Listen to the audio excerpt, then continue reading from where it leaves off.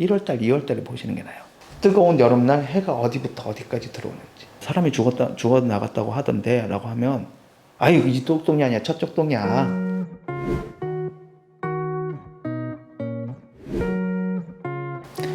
안녕하십니까. 건축사 안선생 안홍준입니다. 많은 분들이 아파트를 갖다 이렇게 선정을 갖다 쭉 하시는 뭐 다양한 관점들이 있으세요. 근데 아파트를 처음 사시는 분이라든지 그 다음에 아파트를 너무 잘 하시는 분도 이 부분은 좀 많이 간과를 하고 넘어가시는 분들이 있어요. 그냥 아파트를 수익에 대한 걸로나 투자에 대한 걸로 갖다 보시는데 아파트를 실제적으로 사는 입장에서 보게 되어지면 좀 바라봐야 될 게 몇 가지들이 있어요. 건물의 향과 뷰를 먼저 봐요. 그러면서 주변 건물의 높이에 대한 걸 보고 그 다음에 들어오는 동선에 대한 걸 봐요. 그러니까 우리가 보통 단독주택을 설계하듯이 아파트 동호수 라인을 갖다 선정을 해요. 물론 거기는 이제 풍수적인 부분도 반영을 해요. 아파트를 볼 때 1월달, 2월달에 보시는 게 나아요. 내가 돈 좀 조금만 모으면 저 옆 단지에 있는 저 아파트를 갈 수가 있을 것 같은데 그게 한 내년 정도다 한다 하더라도 그 아파트를 지금부터 계속 봐야 돼요. 뜨거운 여름날 해가 어디부터 어디까지 들어오는지. 진짜 동지 때 해가 몇 층까지밖에 안 들어오는지. 사전에 미리 그 단지에 대한 몇 동은 어디부터 어디까지가 그림자고 몇 동은 어디서부터 어디까지가 그림자고 몇 동은 어디서부터 어디까지가 그림자. 동지가 되었고 겨울인데 아니 하루 동안 햇살을 하나도 못 받는다. 1, 2층 같은 건 최악이겠죠. 근데 1, 2층도 받는 지역은 있어요. 건물 높이가 뭐 10층 이하 뭐 혹은 7층 이하 4층 이하 이런 데 같은 경우는 1, 2층도 다 받아요. 근데 10층, 20층 이렇게 올라가는 곳 같은 경우 최근에 지어진 아파트 같은 경우에는 아무리 높아도 뭐 아파트가 뭐 25층인데 20층이 그림자에 가려지는 경우가 있어요. 왜? 이런 경우죠. 보통 우리가 아파트 하면 이제 판상형 아파트, 일자 아파트 이렇게 있으면 요즘은 이제 판상형에 또다시 측면을 붙여요. 그러면 이쪽에 있는 이쪽 편에 있는 아파트는 이쪽이 이렇게 있다 보니까 해가 이렇게 돌아갈 때 이 동에 의해서 여기는 그림자가 높은 데부터 다 가려집니다. 그런 것들을 선별을 하다 보면 미리미리 봐두셔야 돼요. 부동산도 그건 얘기 안 해요. 왜? 괜히 그 이야기가 계약 안 되니까. 그렇기 때문에 어떻게 봐야 되냐?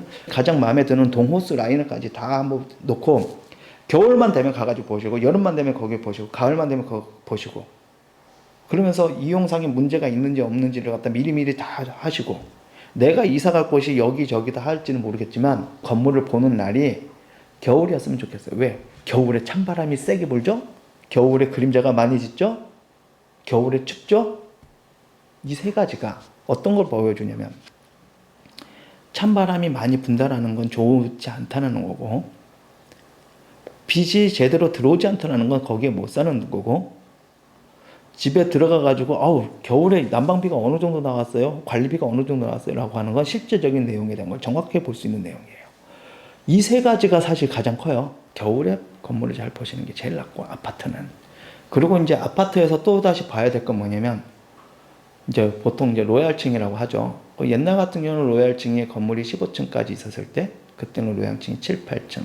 그리고 그 7, 8층 높이는 건물이 수목이 15년, 20년 정도 될 때 7, 8층, 5, 6, 7, 8층 나무가 자라는 높이는 이제 지기가 그만큼 올라올 수 있는 높이이기 때문에 거기까지 되게 좋게 봤어요. 그런데 이제 지금은 고층 아파트가 있다 보니까 이런 높은 아파트의 맨 밑에 사는 거는 좀 위협감이 있어요. 거의 한 중간이나 중상 요 정도 사시는 게 제일 낫고 그 정도가 되어줘도 뭐 무난하죠. 그리고 또 하나가 아파트를 조사를 하실 때 간과하면 안 되는 게 그 호수 라인에 뭐 101동 뭐 19호 라인이다. 108동 요호 라인이 되게 좋은데 거기가 가격이 싼 거예요. 의외로.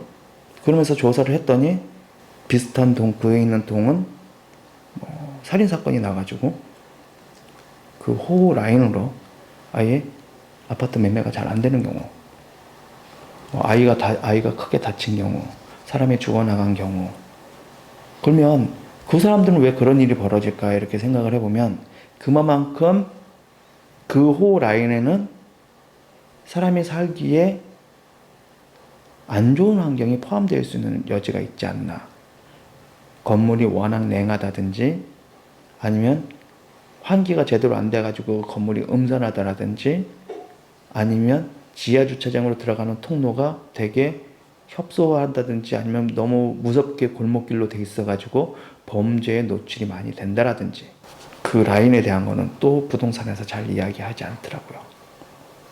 그런데 동네 할머니들한테 물어보면 알아요. 동네 할머니한테 할머니 저 동 뭐 옛날 때 여기서 뭐 사람이 죽어 나갔다고 하던데 라고 하면 아유 이쪽 동이 아니야 저쪽 동이야 이런 이야기 그런 이야기 많죠. 그런 이야기들에 대해서 좀 섭취를 하고 그러면서 가급적이면 그런 동은 아무리 좋아도 배제를 하고 가시는 게 물론 부동산 금전적으로 이제 뭐 올라가고 오르락 내리락하는 건 그거랑 상관없이 오르락 내리락하는데 찝찝하잖아요. 이왕이면 내가 사는 데는 좀 안정적인 데가 제일 좋은 거고 지하 주차장에서 우리 집을 들어가는데 막 골목처럼 막 이렇게 들어간다면 그런 집은 선택 안 하고 지하 주차장에서 번듯하게 들어가는 게 그게 제일 낫죠. 우리 뭐 보통 풍수에서 이야기하는 것처럼 집은 딱 들어가는 입구가 깨끗하고 그러면서 바로 엘리베이터하고 바로 맞보이는 게 아니라 약간 꺾여져 가지고 바로 엘리베이터 쪽이 보이지 않게끔 그렇게 되어지는 거라든지 그런 풍수성의 몇 가지 효과들 혹은 장점들 선정을 갖다 하시는 게 낫고 그래서 저 같은 경우는 그러고 보니까 지난달까지만 하더라도 비 엄청나게 왔을 때 아파트도 한 3개는 봐드렸네요. 예. 그런 것처럼 아파트를 보는 걸 뭐 부동산 금전적인 가치에서도 보실 수 있지만 이런 환경적인 가치라든지 어떤 그 사건 사고가 나는 어떤 이런 것들이라든지 그런 것들에 대해서 같이 포함을 해가지고 아파트를 갖다 보시는 게 가장 좋고 그리고 아파트를 사는 데 있어가지고 더 좋은 거는 가급적이면 새 아파트 사시는 게 좋고 왜? 단열 그 다음에 수도 한 30년 되면 수도가 녹슬거든요. 물론 교체는 하지만 단열 같은 경우에는 옛날 때 뭐 1990년대에 지은 아파트들가 단열이 되게 작아요. 근데 지금은 단열이 엄청 두꺼워요. 그렇기 때문에 난방 효과라든지 그리고 또 하나가 옛날 같은 경우에는 뭐 90년대 이전 뭐 그러니까 2000년대 이전에 지은 건물들은 다 벽 두께를 포함해 가지고 평수를 계산했다면 요즘은 아파트든 새 아파트는 벽 두께를 빼고 평수가 계산이 되어져요. 안목지수라고 하는. 그러다 보니까 똑같은 옛날 90년대 뭐 50평과 그리고 지금 지어지는 50평은 면적 차이가 많이 납니다. 한 3평 이상 납니다. 3평 이상. 발코니 확장까지 이런 것 저런 거 하게 되어지면 좀 많이 납니다. 네. 물론 거기에 단열 규정이 많이 포함이 되어져 있고 옛날 아파트 발코니 확장하면 춥잖아요. 지금 아파트들은 다 발코니 확장이 다 기본적으로 되기 때문에 뭐 춥고 자시고 그런 거는 없습니다. 그래서 이왕이면은 새 아파트 쪽으로 가시는 게 여러모로 낫다.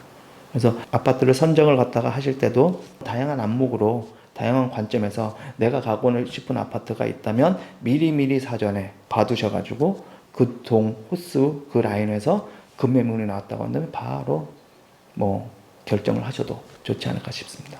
네. 뭐 얼마 전에 이제 그 전화 오셔가지고 그런 것도 좀 이렇게 말씀해달라고 해가지고 네.